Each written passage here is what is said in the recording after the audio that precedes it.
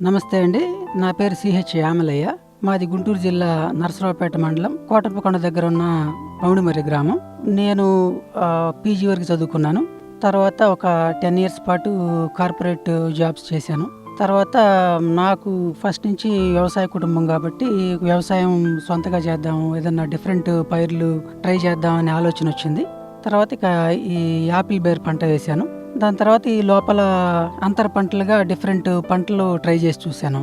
ఒక 3 సంవత్సరాల క్రితం 2 ఎకరాల్లో యాపిల్ బేర్ పంట వేశాను.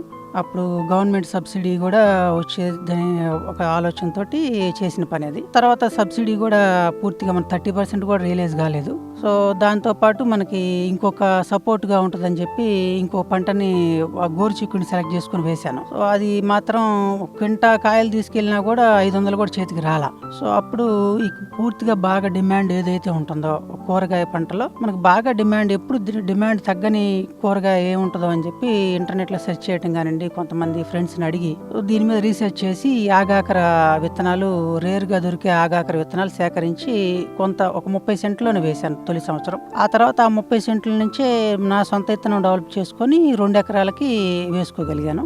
సో ప్రస్తుతం ఇప్పుడు మనకి ప్రధాన పంట యాపిల్ బేర్ అనుకొని, అంతర పంట ఆగాకర అనుకొని నేను స్టార్ట్ చేసింది. ఇప్పుడు యాపిల్ బేర్ కన్నా ఆగాకరే ప్రధాన పంటగా ఉంది నాకు. రఫ్గా మనకి వారానికి ఒక 2 క్వింటాల కాడికి వేసుకున్నా కూడా క్వింటాకి రఫ్గా ఒక 7,000 ఆదాయం చూసుకున్నా మనకి నెలకు వచ్చేటప్పటికి ఒక 40,000 ఆదాయం అది వస్తుంది. ఒక 5 నెలల పాటు ఆగాకర ఉంటుంది. సో రఫ్గా చూసుకున్నా కూడా మనకు 2 లక్షలు కూరగాయ నుంచి వస్తుంది. తర్వాత ఒక 40 కేజీలు 50 కేజీలు ఒక విత్తనాలు, మేలైన విత్తనాలు తీయగలుగుతున్నాం.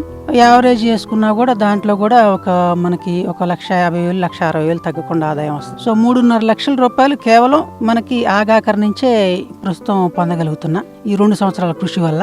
తర్వాత మనకి యాపిల్ బేర్ అనేది ఆ రోజు ఉన్న మార్కెట్ కండిషన్స్ని బట్టి ఉంటుంది. గత 2 సంవత్సరాలు అయితే పూర్తిగా నిరాశపరిచింది. ఇది ఎక్కువ మంది సబ్సిడీ కోసం వేయడం కానివ్వండి, తర్వాత అది వచ్చే చలికాలంలో వచ్చేటటువంటి పంట కావడం వల్ల ఎక్కువ డిమాండ్ లేకపోవడం వల్ల మార్కెట్ హెచ్చు తగులకు బాగా లోన్ అవుతుంది. సో ఈ సంవత్సరం చాలా తగ్గిపోయింది విస్తీర్ణం అని చెప్పి అంటున్నారు. అది కూడా మనకు ఆశాజనకంగా ఉంటాయి. కనీసం 1,00,000 రూపాయలు దానికి కూడా వస్తాయని అనుకుంటున్నా. సో ఈ సంవత్సరం ఒక 5 లక్షల రూపాయలు ఆదాయం దీని నుంచి వస్తుందని చెప్పి ఆశిస్తున్నా. ఈ ఆగాకర నుంచి వచ్చే ఆదాయం అయితే గ్యారంటీగా మనకి 3-3.5 లక్షలు అయితే ఖచ్చితంగా వస్తాయి.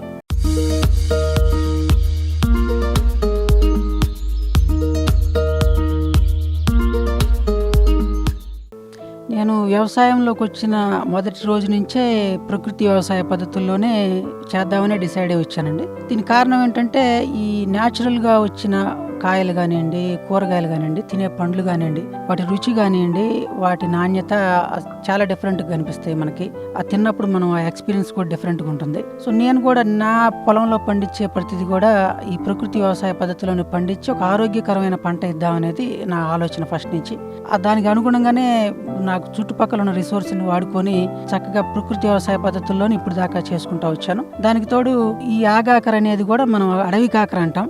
అసలు దాని ఆరిజిన్ కానివ్వండి అవన్నీ అడవి నుంచే వచ్చినవి. సో దాని నుంచి తీసిన విత్తనం ఏ మాత్రం కూడా మనం ఎలాంటి హ్యూమన్ ఇంటర్ఫీరెన్స్ లేకుండా ఎలా వచ్చిన విత్తనం అలానే తరతరాల నుంచి దొరికిన విత్తనమే ఇప్పుడు మన చేలో సాగు చేస్తా ఉన్నాం.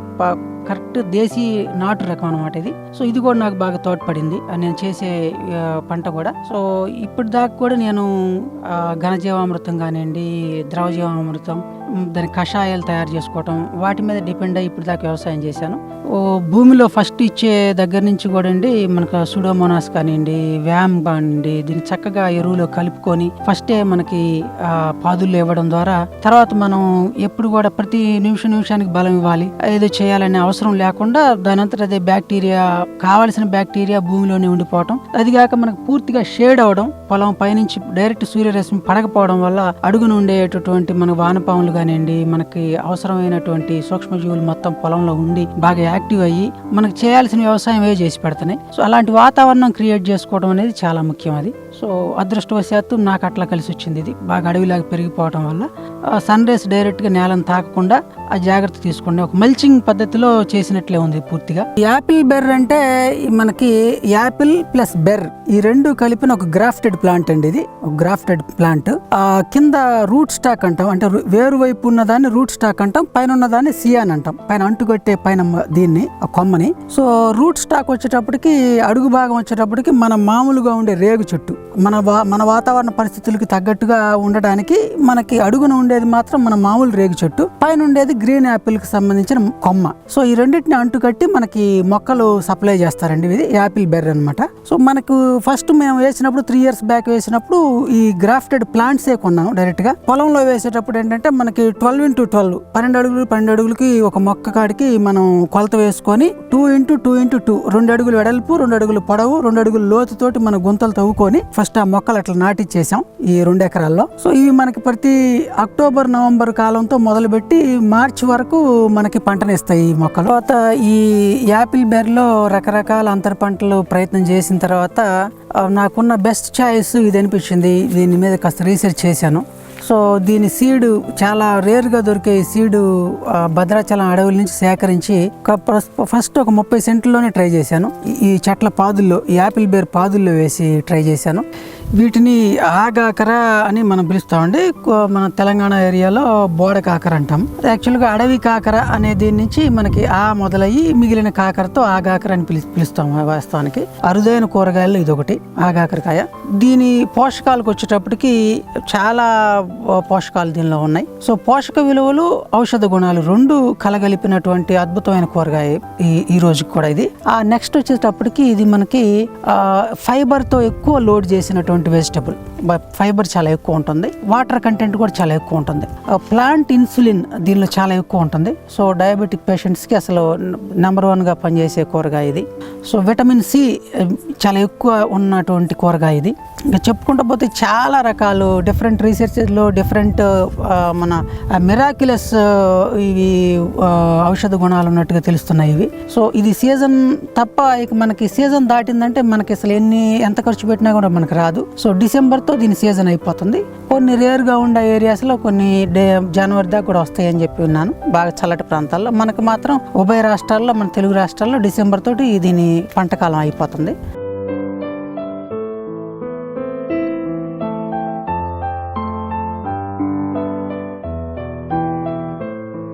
ఇప్పుడు ఆగాకరని మనకి జనరల్గా సాగు చేసే విధానం ఏంటంటే ఒక శాశ్వత పందిరి వేసి దాని మీద అల్లిచ్చి మనకు పంట పండిస్తారండి. సో ఆ పద్ధతిలో మనకి ప్రతి కాయ పక్వానికి వచ్చిన ప్రతి కాయ కోసే అవకాశం ఉంటుంది. ఒక కాయ కూడా వేస్ట్ అవ్వకుండా కోసే అవకాశం ఉంటుంది. కానీ ఇక్కడ వేరే చెట్టు మీద అల్లించడం వల్ల కొన్ని పైకల్లా అల్లుకుపోయి కొన్ని కనిపించక మనకి కొన్ని కాయలు మనం కోయలేం, మిస్ అవుతాయి. ఆ మిస్ అయిన కాయలు బాగా పండిపోయి ఆ కలర్ అంతా మన గ్రీనిష్ నుంచి మన ఎల్లోగా మారి రెడ్గా మారినప్పుడు మాత్రం మనకు కనిపిస్తాయి. సో ఇక్కడ మీరు ఈ కాయను చూసినట్లయితే పూర్తిగా పండి లోపల ఉన్న సీడ్ కంప్లీట్గా మెచ్యూర్ అయ్యి అవి రాలడానికి సిద్ధమైపోయినాయి. సో అట్లా అంత మెచ్యూరిటీ వచ్చిన తర్వాత మనం వీటిని సేకరిస్తే దానిలో ఉన్న విత్తనాలు జర్మినేషన్ హై పర్సంటేజ్ ఉంటుందండి. చాలా ఎక్కువ పర్సంటేజ్ జర్మినేషన్ అయ్యే సీడ్ అందులో మనకు రెడీగా ఉంది. సో ఇట్లాంటి విత్తనాలను నేను సేకరించి జాగ్రత్తగా ప్రాసెస్ చేసి మళ్ళీ రైతులకు నేను అందించడం జరుగుతుంది. ఇది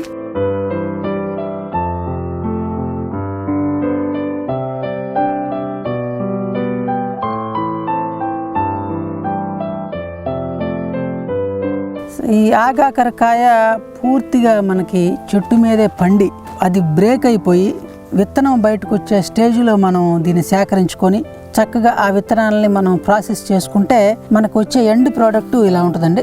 ఇట్లా పై లేయర్ అన్ని మనం ప్రాసెస్ చేసి తీసేసి బాగా డ్రై చేసిన తర్వాత ఈ కలర్కి వచ్చేస్తాయి ఇవి. సో దీనికి కూడా పైన లేయర్ చిన్న లేయర్ ఇలాంటిది ఇట్లాంటి పొక్కు లాంటిది వస్తుంది. దాంతో ఏ ప్రాబ్లం ఉండదు. సో దీని నిల్వ కాలం 2 years ఉంటుంది. 2 సంవత్సరాల పాటు ఇది నిల్వ ఉంటుంది చక్కగా.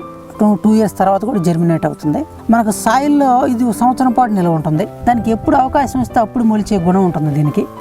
ఎంత పైకి తీగ బాగితే అంత లోపల మనకు ట్యూబర్ అంటాం, దుంప, ఆ దుంప అంత సైజు పెరుగుతూ ఉంటుంది. సో ఆ దుంపకైతే అసలు చావే లేదు, మనంతటా మనం దాన్ని తవ్వి తీసి ఎక్కడన్నా పడేసి డిస్పోజ్ చేస్తే తప్ప. సో ఆ దుంప కూడా మనకి 3 years కి బాగా సైజు పెరిగిపోయి మల్టిప్లై అవుతుంది, చిన్న చిన్న దుంపలుగా విడిపోతుంది అది. సో ఆ విడిపోయే స్టేజ్లో మనం తీసి మళ్ళీ చక్కగా ఇంకో చోట కనుక మనం నాటుకుంటే మళ్ళీ ఫస్ట్ ఇయర్ నుంచి వచ్చినటువంటి ఫ్రెష్ గా ఉండే గ్రోత్ దానికి ఉంటుంది. మనకి మీ పొలంలో ఒకసారి ఈ పంట, ఈ మొక్క కాయడం గనక మొదలైతే ఇక చుట్టుపక్కల మొత్తం అడివైపోతుంది. సో పిట్టలు గనక తిని బయటకు వేసినవి అయితే మాత్రం తీవ్రమైన జర్మినేషన్ ఉంటుంది. ఆల్మోస్ట్ ఒక 1 year పాటు ఈ సీజన్ లో దాని క్లైమేటిక్ కండిషన్స్ దానికి సూట్ కాకపోతే ఒక్కొక్క విత్తనానికి నెక్స్ట్ సీజన్ కి మొలకెత్తుతాయి తప్ప అసలు మొలకెత్తకుండా ఉండడం అనేది ఉండదు.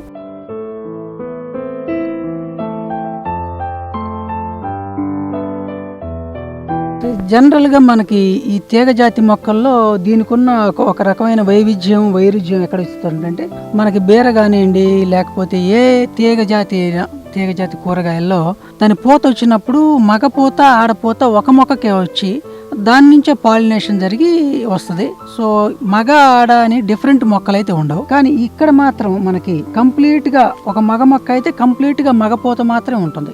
ఇది మగపూత అండి, ఇది మగపూత. చివరి దాకా బాల్ లాగా వచ్చి ఇక్కడ ఎండ్ అయిపోతుంది, ఇంట్లో ఇంకేం ఉండదు. సో ఇది మగపూత. ఇది జనరల్ ఈ తీగంతా ఈ చెట్టు ఎక్కడైతే ఉందో ఆ మొదటి నుంచి దీని దాకా మొత్తం మగపూత ఉంటుంది. సో వేరే మీరు ఆడది కనుక గమనిస్తే ఆడ ప్లాంట్ ఇదిగోండి, ఇది చూడండి, ఇదిగోండి, ఇది పూత మొదల నుంచే మనకి ఇక్కడ పిందె కనిపిస్తుంది, చిన్న పిందె. ఇది కూడా గమనించండి, స్టార్ట్ అయినప్పుడే పిందెతోటి మొదలవుతుంది. సో ఇది కాయలాగా మారిపోతుంది అనమాట. సో మనకి పూత నుంచే గమనించవచ్చు. సో పూతకి రాకముందు ఇది మగ ఇది ఆడ అని చెప్పి మనం అసలు ఆ ఆకు నుంచి కానివ్వండి తీగ నుంచి కానివ్వండి అస్సలు గమనించలేము. దీన్ని పూతకు రావడంతో మనం చూసుకోవాలి. సహజ సిద్ధంగా ప్రతి కాయ నుంచి కూడా వచ్చే గింజల్లో విత్తనాల్లో సగం మగ ఉంటాయి, సగం ఆడ ఉంటాయి. జర్మినేట్ అయ్యే వాటిలో కూడా సగం మగ సగం ఆడ జర్మినేట్ అవుతాయి. సో మొలిచిన వాటిల్లో పూతకు వచ్చిన తర్వాత సగం ఉన్న వాటిని మనం మేల్ ని ప్రతి 10 ఫిమేల్ మొక్కలకి ఒక మేల్ మాత్రమే ఉంచుకోవాలి. లేకపోతే మేల్ విపరీతంగా అల్లుకుపోయి చేను మొత్తం మేలు కనిపించేస్తాయి, మనకు దిగుబడి తగ్గుతాయి. సో ఫస్ట్ సంవత్సరం మనం మిత్తుకున్న తర్వాత అవి మొలకెత్తినాక మనం పూతకు వచ్చిన దాకా వెయిట్ చేసి మనము ఎక్కువగా ఉన్న మగ మొక్కల్ని కింద దుంపతో సహా తీసేసి మనం పక్కన వేసుకోవాలి. ప్రతి 10-15 ఆడ మొక్కలకి ఒక మగ మొక్క సరిపోతుంది. ఆ పాలినేషన్ కి మనకి తేనెటీగల ద్వారా సహజమైన పాలినేషన్ జరుగుతుంది. ఇక్కడ మనం మాన్యువల్ గా మనం చేతితో చేసే పాలినేషన్ అయితే దీనికి అవసరం ఉండదు. కనీసం మీ పెరట్లో వేసేటప్పుడైనా సరే ఒక ఫిమేల్ కి ఒక మేల్ ఖచ్చితంగా ఉండాలి, 10 ఫిమేళ్ళకైనా ఒక మేల్ ఖచ్చితంగా ఉండాలి. ఒక ఫిమేల్ కి మేల్ మొక్క లేకపోయినా అది పూతగానే ఉండి ఎండిపోతుందే తప్ప మీకు కాయగా మారదు. కాయగా మారాలంటే మాత్రం ఖచ్చితంగా ఒక మేల్ ప్లాంట్ కావాల్సి ఉంటుంది.